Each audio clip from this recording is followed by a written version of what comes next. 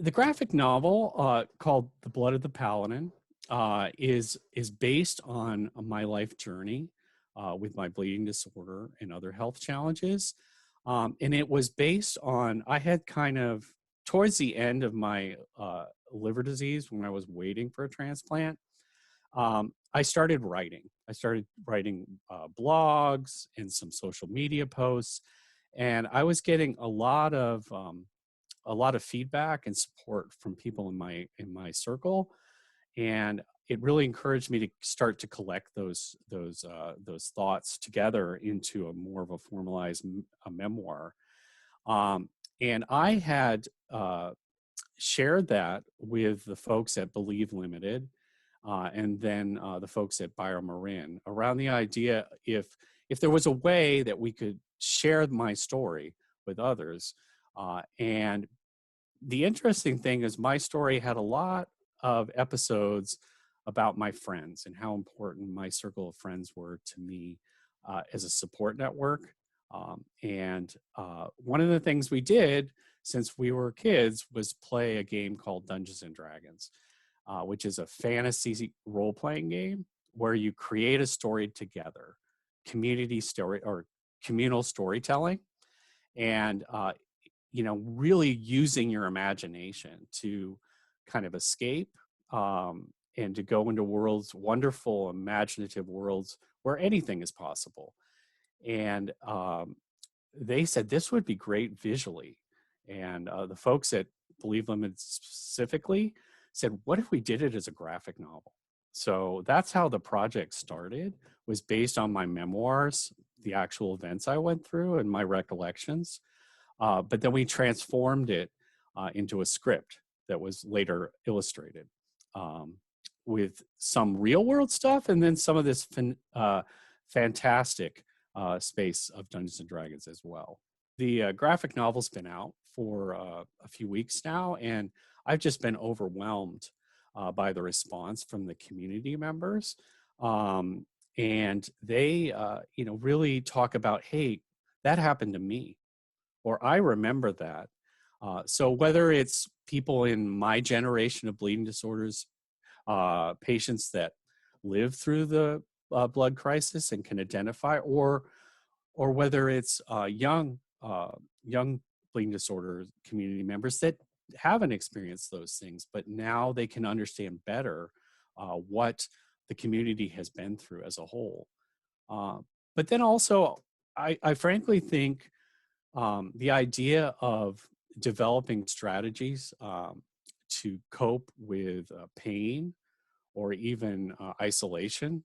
Frankly, today with the pandemic, I think we're all struggling with issues of isolation and loneliness, and maybe some anxiety and depression to boot. And to have some tools or strategies to try and cope with those can be really, really helpful.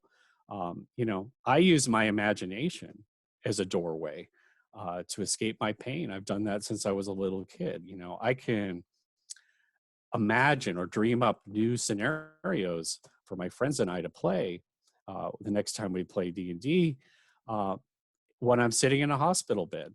And then I'm not thinking about the fact that my ankle is throbbing and it's so painful, or the fact that I'm stuck there because it's the holidays and it's Christmas and I'm having Christmas in the hospital. I can pretend to be a paladin, leading a heroic charge against a dragon. So, I think your imagination can be a great gateway to try and cope and escape some of those feelings sometimes. The Blood of the Paladin was released in February. There's a website where you can go and order a copy. Now, if you're part of the bleeding disorders community, I'd absolutely encourage you to go order a copy. Or if you're just interested, there are free copies of this graphic novel at www.bloodofthepaladin.com, and you can sign up to receive a free copy. Now, in addition, they sent a copy with the Hemo Aware magazine, which is a magazine produced by the National Hemophilia Foundation. Everybody got a free copy that way. So I have gotten a lot of feedback, Peter, and it's just been amazing. Frankly, like I said, I've been blown away. It's very humbling to see how it's connecting with people. You write something you don't know.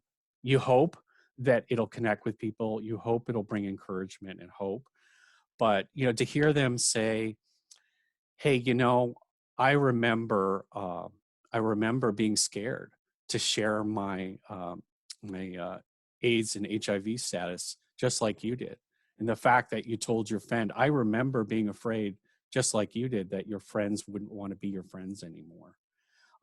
Or they remember forgetting their medical alert bracelet and the danger that can cause. There's a whole section about how I went unconscious at one point and I didn't have my medical alert bracelet or any papers about my hemophilia, and the doctors didn't know I had hemophilia, and that was very scary and very life-threatening.